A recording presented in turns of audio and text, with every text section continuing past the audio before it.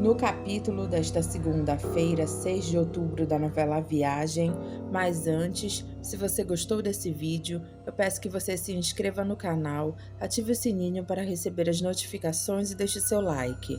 Zeca, ao ver Sofia chorando, quase confessa para ela que ele é o Eros dela, mas eles são atrapalhados por Lisa, que chega na hora. Ela conta para os dois que Adonai teve uma parada cardíaca e quase morreu na hora da cirurgia. A Carmen rezou por ele, que ele voltou. Sofia faz um comentário que o amor faz milagres. Lisa fala que faz milagres para todos, menos para ela. Zeca chama a atenção da irmã, que está amargurada. Lisa conta que encontrou o Theo. Ele queria pedir perdão por tudo que fez para ela. Zeca pergunta qual foi a reação dela. Lisa conta que ouviu, virou as costas e foi embora. Diná pede ajuda de Alberto para tentar convencer o Theo a voltar para Lisa. Alberto deixa claro para Diná que ele já fez de tudo, mas nem o Theo e nem o Raul querem ser ajudados. Diná está dormindo e Otávio fala para ela que a filha dela está correndo perigo. Não é para ela sair de casa. Diná acorda assustada.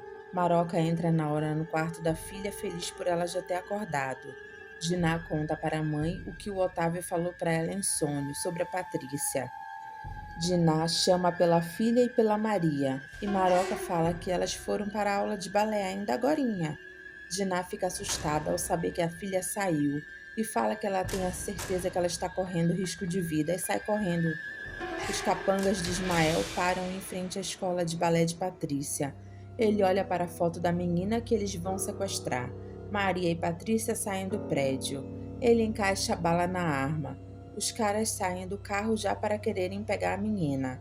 Diná sobe na calçada com o carro dela buzinando bem alto, deixando Maria, Pati e a mãe de Maluna lá assustadas. Diná encara um dos homens olhando bem na cara dele. O homem percebe que Diná sabe o que eles iam fazer. Maria e Pati entram no carro de Diná rápido. Maria também percebe o que aqueles homens iriam fazer. Os homens entram no carro rápido e vão embora, deixando a foto de Pati cair no chão na hora da fuga. Diná pega a foto da filha que estava no chão e fica olhando para ela. Ismael fica possesso ao saber que deu tudo errado no sequestro de Pati. Ele xinga Regina de piranha, pensando que foi ela quem traiu ele. Ismael, com raiva, joga Regina no sofá com tudo e acusa ela de ter informado Diná do sequestro da filha dela. Regina fica revoltada com a acusação de Ismael e deixa claro que ela não traiu ninguém, e joga na cara dele que ela cuidou dele dia e noite quando ele estava ferido, e é isso que ela recebe em troca agora. Ela manda ele verificar as ligações para saber se ela ligou de lá para algum lugar ou se ela falou com alguém. Ismael fica com raiva porque ele não entende quem é que está traindo ele. Ele promete vingança para o traidor. Diná está angustiada por terem tentado sequestrar a filha dela. Maroca fica preocupada porque Diná não quis comer nada. Theo dá uma desculpa mandando a filha ir brincar, que ele já está indo brincar com ela, justamente para os adultos poderem conversar. Diná, com raiva, dá logo uma resposta para Maroca, falando que a filha dela quase foi sequestrada e ela quer que ela coma. Theo, que não entendeu a história direito, pede para Diná repetir como foi que aconteceu tudo. Diná repete a história falando que ela estava dormindo e escutou a voz do Otávio falando que a Pati estava em perigo, que ela tinha que tomar conta da Pati. Maroca conta que entrou no quarto e viu a Diná nervosa. E Diná fala que quando Maroca falou que Pati tinha acabado de sair com a Maria para o balé, ela teve a sensação que se ela não fizesse nada, ela perderia a filha dela.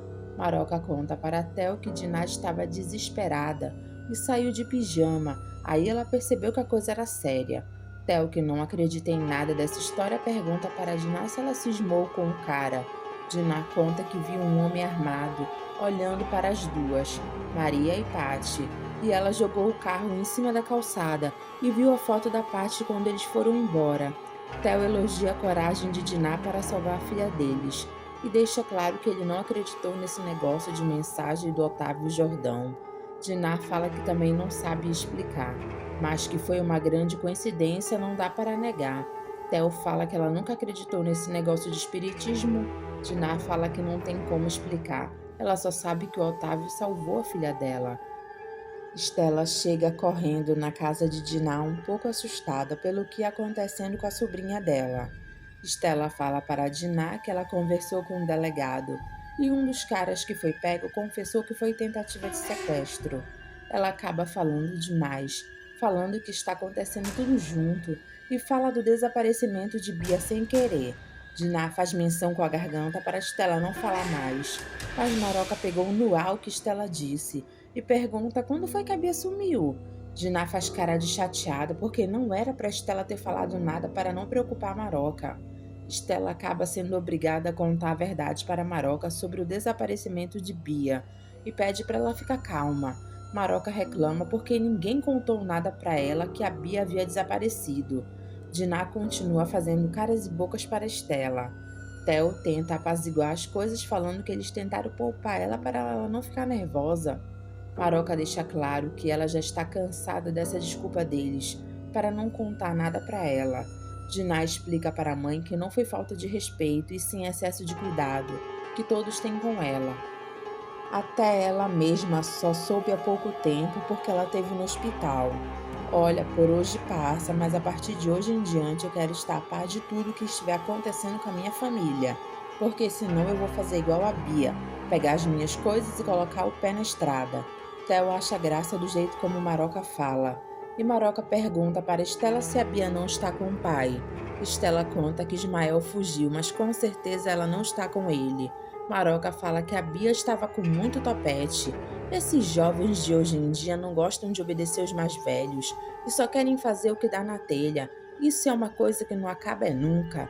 Sempre tem um jovem meio doido querendo levar esse tipo de vida.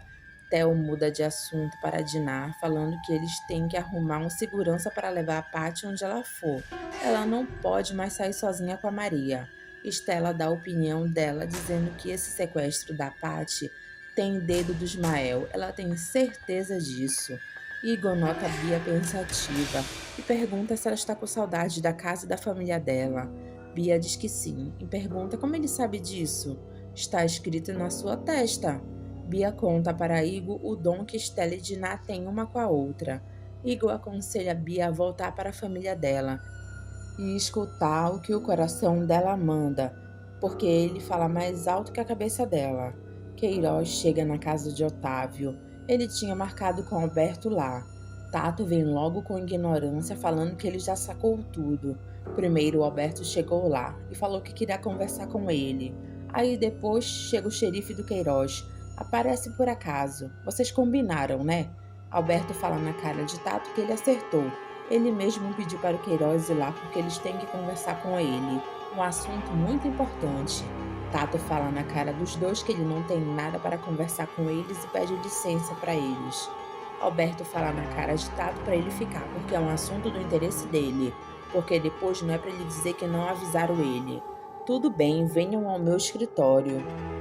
Tato bate na mesa com raiva, falando para os dois que isso que eles estão fazendo é um complô contra ele. Queiroz, cansado das palhaçadas do Tato, fala que ele sabe que isso não é verdade.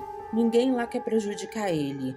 Como não, Queiroz? Você chega aqui em casa na maior cara de pau, dizendo que cancelou os meus cartões de crédito da firma, que não vai pagar os meus cheques especiais e vem dizer que não tem nada contra mim? Ah, qual é, Queiroz?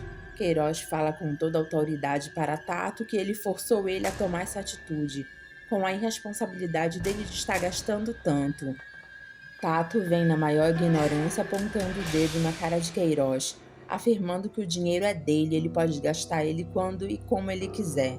Alberto tira o cavalinho da chuva do Tato, lembrando para ele que o dinheiro não é dele e sim faz parte de um patrimônio que o Otávio deixou para os filhos, ele e o Eduardo.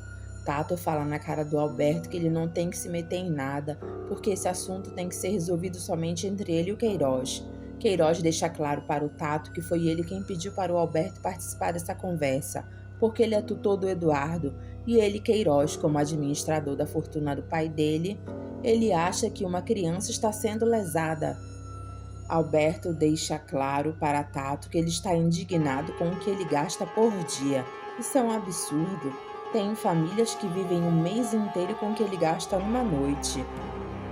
Tato se acha chamando Alberto de medíocre. Ele fica com essa pose de solteirão santinho. Ele vive dentro de um hospital e dentro de casa. Ele não tem a menor noção de como se gasta dinheiro. A questão não é essa, Tato. O que está em jogo aqui é o futuro de uma criança que não pode se defender de você. Queiroz fala que a responsabilidade que Otávio deu para ele tomou a iniciativa e a partir de agora ele vai receber uma quantia fixa por mês. Tato fica rindo, pensando que é brincadeira deles, que ele vai ter uma mesadinha por mês. Queiroz, sério, manda ele chamar isso como ele quiser. O que ele vai receber vai ser o suficiente para uma pessoa normal levar uma vida folgada. Tato grita falando que ele não aceita viver de esmolas. E ele não admite que estranhos invadam a casa dele e se apoderem da herança dele. Alberto se aborrece com a grosseria de Tato e manda ele calar a boca. Ele parte para cima de Tato, o empurrando, mandando ele sentar. Cala a boca, fica sentado. Agora quem vai ouvir é você. Tato fica caladinho depois de ver Alberto furioso. Alberto fala para Tato que Queiroz agora dedica muito do pouco tempo que ele tem para se dedicar às coisas que eram importantes para o Otávio. Tato, que não está nem aí, fala que isso é problema do Queiroz. Alberto empurra Tato para ele continuar sentado e fala que isso é problema deles, porque eles eram amigos do pai dele, um homem digno, um ser humano maravilhoso. Ainda bem que o Otávio não está aqui. Ia ser muito triste para ele ver a sua degradação física e moral. Tato debocha de Alberto, colocando os pés em cima da mesa do escritório que era de Otávio, e pergunta se ele tem mais alguma coisa para falar. Alberto avisa para Tato que da próxima vez que ele pensar em bater no irmão dele, ele, como responsável do Eduardo, irá abrir um processo contra ele e provará no juizado de menores a vida dele indigna. Escreve o que eu tô te dizendo, Tato. Eu faço você sair dessa casa. Tato olha com ódio para Alberto e Alberto pergunta se ele foi claro. Tato, com ódio de Alberto, responde que sim, balançando a cabeça. Adonai dá 2 cheques em branco para Carmen para pagar as contas dele. Ela fica feliz pela confiança que ele tem nela. Depois ela traz os recibos para ele. Adonai faz gestos de que tudo que é dele é dela também. Assim sucessivamente. Carmen deixa claro para Adonai que ela não tem nada de valor para dar para ele. Ele pega no coração dela, querendo dizer que isso ela pode dar para ele. Carmen deixa claro que o coração dela já é dele. Tibério entra na hora e fica feliz em ver o carinho dos dois. Carmen sai e deixa os dois conversando. Raul fica chocado ao saber que tentaram sequestrar a filha de Diná. Theo fala para Raul que o Mauro está pensando que a Paty ia ser vítima de vingança, porque a Diná detonou o Ismael. Raul cai em si, já sabendo que Ismael é barra pesada. Theo fala para Raul que já pegaram um dos bandidos e logo ele falará quem foi o mandante. Mauro pergunta para Raul como foi que ficou aquela história dele com a Tainá. Raul conta que está cada dia pior. A Andresa nem olha mais na cara dele. A Guilmar está aproveitando para deitar e rolar na situação. Mauro tira uma brincadeira com Raul e pergunta se ele vai reconhecer o filho da Tainá. Raul se aborrece e afirma com todas as letras que Tainá não está grávida. Agora ele não tem nem como tirar essa história limpo. Porque ela foi para a Europa, como ela conseguiu dinheiro para viajar que ele não sabe. Theo levanta a questão de Tainá não ter viajado. Raul lembra os dois que a Andresa levou a Tainá até o aeroporto.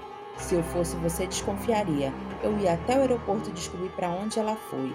Se é que ela foi para algum lugar, né? Raul fica em dúvida. E Mauro fala que ele conhece bem a Tainá, ela não é mole não. Raul fica pensativo. Bia liga para a casa da mãe e fica sem falar nada, escutando a voz dela falando alô, alô. Estela se toca que é a filha e pede para ela falar com ela. Ela sabe que é ela. Bia pensa em falar com a mãe.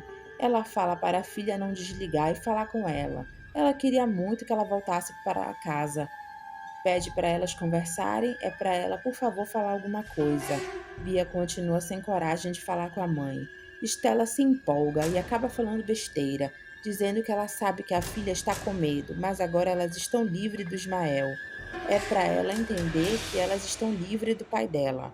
Bia arregala os olhos, não gostando da mãe dela estar falando mal do pai dela, e desliga o telefone na cara de Estela. Estela fica triste ao perceber que ela falou besteira para a filha. Raul tenta convencer a Andresa que a Tainá está mentindo para ela, mas a Andresa está irredutível, falando que ela não acredita que a Tainá iria mentir para ela. A Tainá até defendeu ele, que ele foi honesto com ela. que nunca a enganou. Ela sabia que você gostava de mim, mas isso não muda em nada, viu? Raul tenta fazer Andresa enxergar que a Tainá fez tudo isso a mando de alguém. Andresa se aborrece com a insistência do marido de querer acusar a mãe dela e manda ele tirar a mãe dela dessa história e esquecer ela um pouco. Raul afirma que foi a mãe dela quem fez tudo isso. Andresa grita para ele parar com isso e afirma que está doendo muito ela saber que ele vai ser pai do filho de outra mulher. Só a mãe dela consegue entender o sofrimento dela. Ela não presta para nada mesmo, nem um filho ela consegue dar para ele. Raul fala que Guilmar foi exatamente no ponto fraco dela para separar eles. Foi você quem separou a gente. Raul afirma para Andresa que ele vai desmascarar a Tainá. Ele vai provar que a Tainá não presta e que não tem gravidez nenhuma. Andresa não acredita em Raul. Ele vai embora triste. Antônio está participando de mais uma competição. Andresa, chorando, olha para Antônio que está vindo na frente dela. Antônio para na frente dela e fica olhando para ela. Andresa sorri para Antônio e ele fica olhando apaixonadamente para ela e ela fica olhando para ele. Johnny, como é um falso amigo para Tato e sanguessuga também, leva uma galera para a casa de Tato falando que a noite vai ser longa. Tato chama Johnny em particular e conta o que aconteceu. Estão regulando a grana dele. Johnny acha um absurdo estarem regulando o dinheiro do Tato. Tato conta que é tudo culpa do Alberto e do Queiroz. Que isso, Tato? Eu falei para a mulherada que tu ia fechar uma boate hoje à noite para elas. Tato fala que a única coisa que eles podem fazer é uma noitada na casa de Tatiaia. Bebida, pelo menos, ele sabe que tem lá. Johnny concorda e fala que vai avisar o pessoal. Ele comunica a todos que eles vão para a casa de Tato em Tatiaia. Antônio vê Andresa angustiada porque ela não pode ser mãe. Antônio levanta a questão dela pegar uma criança para criar. Não é a mesma coisa, você não entende. Eu queria colocar uma criança nos meus braços e escutá-la me chamando de mãe. Antônio tenta aliviar a dor de Andresa, falando que ela pode fazer um tratamento. Andresa, que já bebeu bastante, fala que ele não está entendendo que é ela quem não presta. Você precisa descansar, você estava tão feliz. Foi só o teu marido chegar que acabou a alegria. A dona Guilmar tem razão, esse sujeito está a fim de azucrinar sua vida. Vamos, eu te levo para casa. Andresa, que está bêbada, fala para Antônio que ela não quer ir para casa. Ela se levanta com um olhar que é para ele seguir ela. Margarida vê os dois saindo juntos e nota o clima entre eles, percebendo que irá acontecer algo. Andresa parte para cima de Antônio, dando um beijão nele. Ela tira a roupa dele e os dois transam em um estábulo de animais.